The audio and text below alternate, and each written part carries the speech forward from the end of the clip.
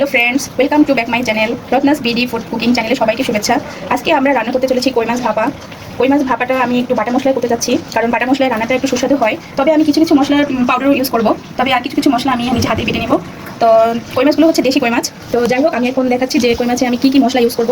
আমি প্রথমে নিলাম কিছু রসুন কোয়া, আর কিছু নিব কাঁচা লঙ্কা, আর হচ্ছে তার সাথে পরিমাণ মতো জিরা, আর তো হচ্ছে সর্ষে। এখানে আছে কালো এবং সাদা সর্ষে, এটা আমি একটু ধুয়ে রেখেছিলাম যাতে এর ভিতরে নোংরাটা চলে যায়। তো দিয়ে দিলাম সর্ষেটা,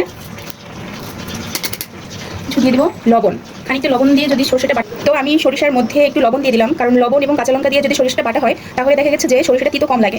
তো আমি এখন মশলাটা বেটে নিব, সুন্দর করে মশলাটা বেটে নিতে হবে। তো বন্ধুরা, এখন আমার মশলাটা বাটা শেষ, মশলাটা প্রায় বাটা শেষ। এখন মশলাটা নিয়ে নিব এবং মাছটা মশলা দিয়ে মাখিয়ে নিব। তো আমার এই মশলার সঙ্গে আরও কিছু মশলা অ্যাড করতে হবে, আমি আপনাদের দেখাচ্ছি আর কি কি মশলা আমি ব্যবহার করব। বেটে নিলাম, তো মশলাটা দিয়ে দিই মধ্যে। বন্ধুরা, এবারে আমি এর মধ্যে দিলাম একটু মরিচের গুঁড়ো। আমার মরিচটা ঝাল কম, যে কারণে মরিচের গুঁড়োটা একটু পরিমাণে বেশি দিয়ে দিলাম। এরপরে দিয়ে দিলাম পরিমাণ মতো হলুদ, হলুদের গুঁড়ো এটা দিচ্ছি। পরিমাণ মতো লবণ, লবণটা আপনাদের স্বাদ মতো দেবেন, যদি বেশি দেন তাহলে তো খাবার নষ্ট হয়ে যাবে। এরপরে দিয়ে দিচ্ছি আমি সরষের তেল, কারণ যে কোনো ধরনের ভাপাতে আপনি যদি সরষের তেল ব্যবহার করেন তাহলে তার স্বাদটা অনেক বেশি ভালো হয়। তো সেক্ষেত্রে আমি সরষের তেলটা দিয়ে দিলাম। এবার আমি মাছটা ভালো করে মেখে নেব। মাছটা কিন্তু ভালো করে মেখে নিতে হবে, তাহলে মাছের মধ্যে মশলাটা ভালো করে ঢুকবে এবং মাছটাও খেতে ভালো লাগবে।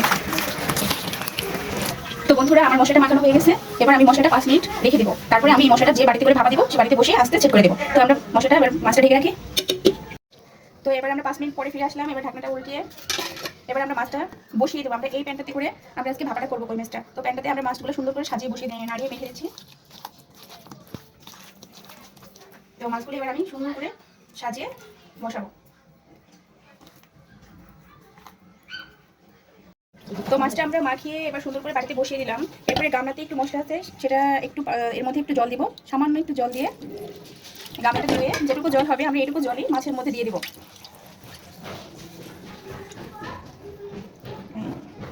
আমরা এর থেকে বেশি আর জল দিব না, কারণ মাছটা যখন ভাপে সিদ্ধ হবে তখন আপনি এর মধ্যে থেকে জল বের হয়ে যাবে।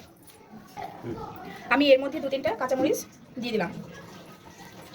সর্ষের তেল আবারও উপর থেকে ছড়িয়ে দেব। রেডি হয়ে গেল আমার মাছটা মাখানো মশলা দিয়ে। বাটিটা ঢাকনা দিয়ে আটকে দেব।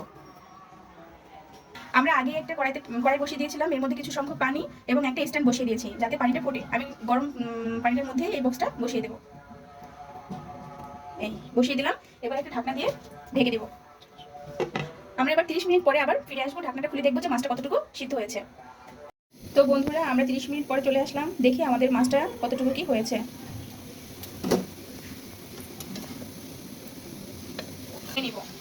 এবার তুলে নিব মাছটা। মাছটা তুলে নিলাম। তো কালারটা দেখে তো মনে হচ্ছে যে বেশ মজাদারই হবে খাবারটা। তো এবারে আমার লাস্টে আরেকটু কাজ আছে, যেটা হচ্ছে আমি সামান্য একটু ঘি মাছের উপর থেকে ছড়িয়ে দেব।